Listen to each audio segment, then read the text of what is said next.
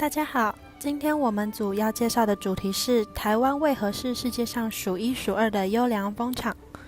接下来就让我们看看以下的对话吧。台湾为何是世界上数一数二的优良风场？因为台湾海峡位于中央山脉与中国福建武夷山之间，受狭道地形效应，具备强劲的东北季风，且西部海岸现场很适合进行离岸风力发电。哪些是选择优良风场的条件呢？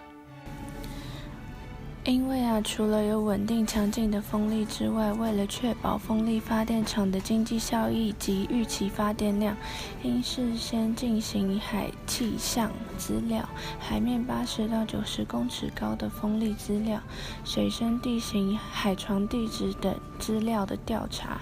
且应尽量避免自然保护区及渔业发展区，做好生态的保护与工程开发的平衡。哪些是台湾现有的优良风场地点？因为台湾西部地形狭长，风力强劲，为台湾最适合发展风力发电的区域。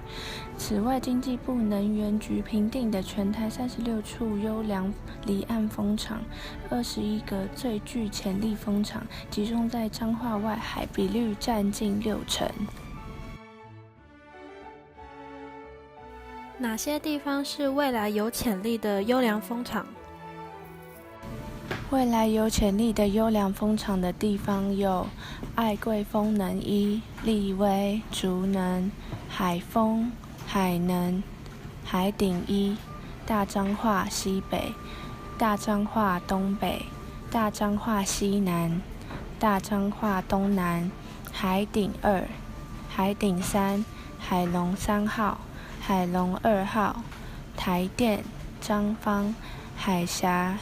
福芳、中能等等的地方，